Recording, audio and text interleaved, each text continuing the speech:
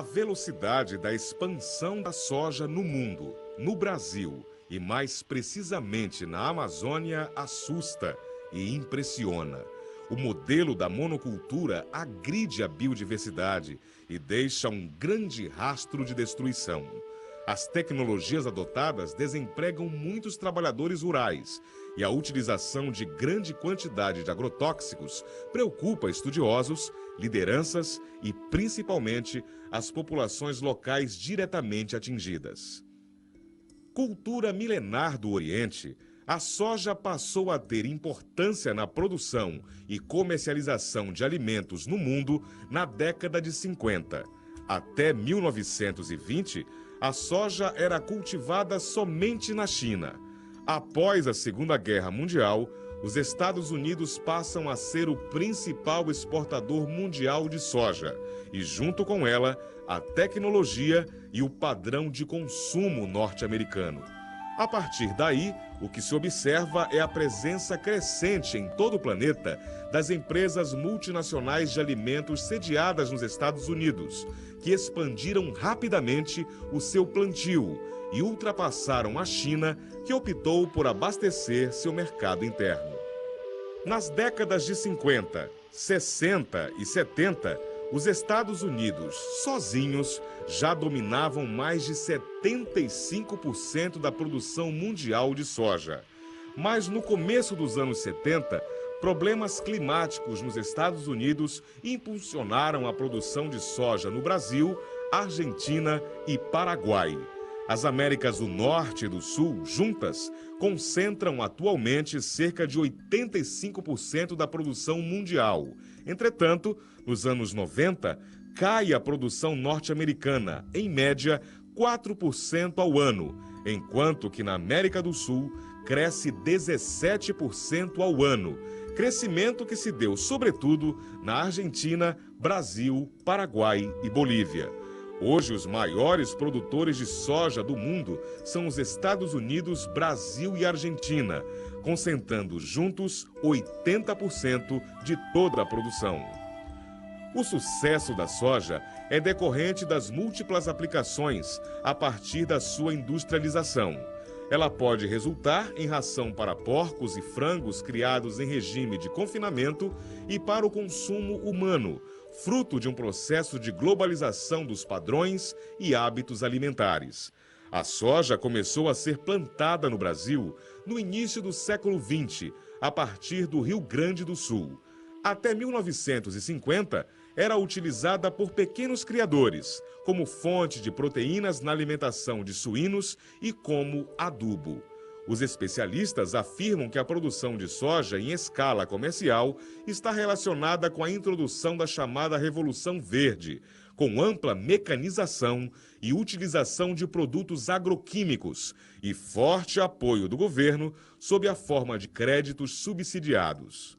Nós morávamos em Santarém até 87 e fomos à procura de uma área, de uma terra para trabalharmos, pois nós éramos oriundos do interior e trabalhávamos com agricultura.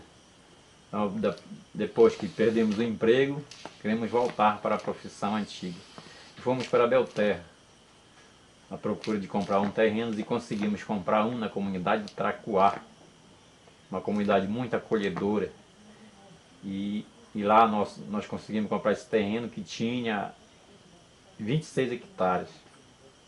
Então vendemos a nossa casa na cidade e fizemos um poço que já existia, um poço de 95 metros de profundidade, porque o problema de água era muito difícil, pois não tinha igarapé por perto.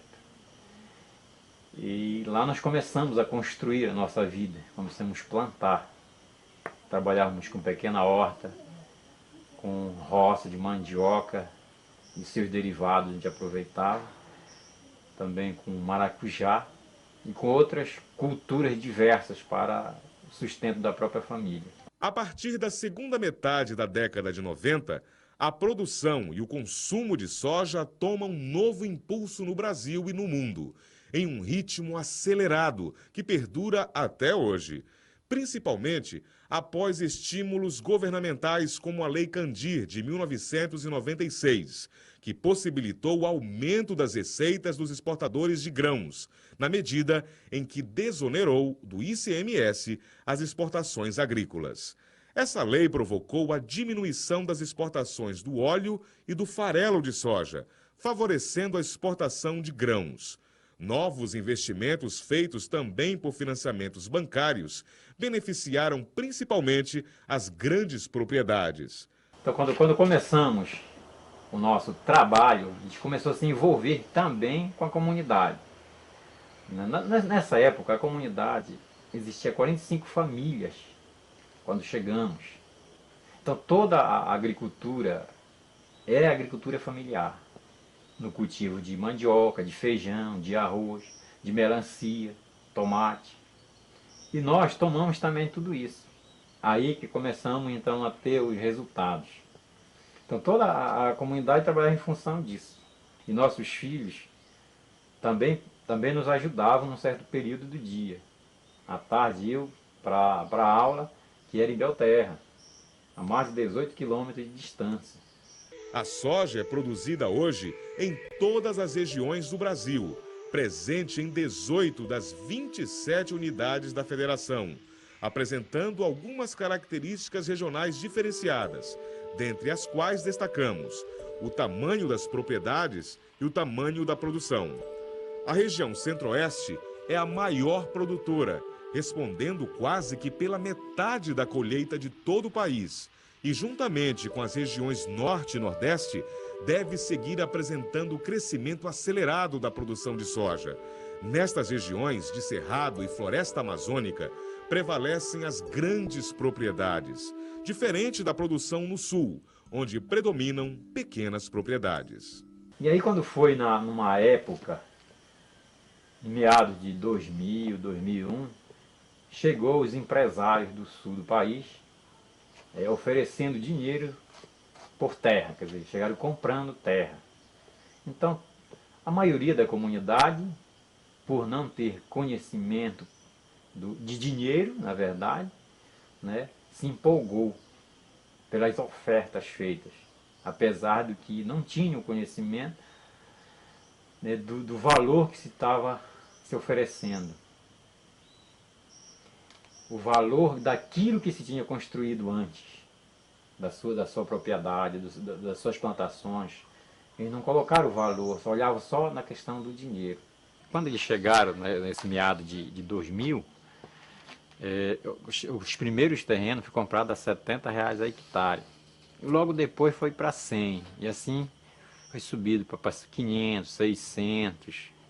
Então agora, no final de 2004, nós conseguimos negociar, foi um pouco difícil, né, negociar o preço. Nós conseguimos negociar R$2.000, mas eles queriam oferecer só 1.500. Então houve todos esses 3, 4 anos, né, de diferenças de preço. Quer dizer, aquilo que eu dizia antes, o valor só não olhando o que nós tínhamos na propriedade, porque o interesse deles era só a terra e nada mais, nem casa interessava para eles. E nós, como também participante do sindicato, a gente sempre convocava reuniões para conversar sobre essa problemática. Porque os primeiros que saíram, que venderam seus lotes, para onde que eles estavam indo? Eles estavam indo para a cidade, para a faixa, quer dizer, para a beira da estrada, ou para um lugar bem distante. Porque nessa comunidade não era tão distante dos centros urbanos.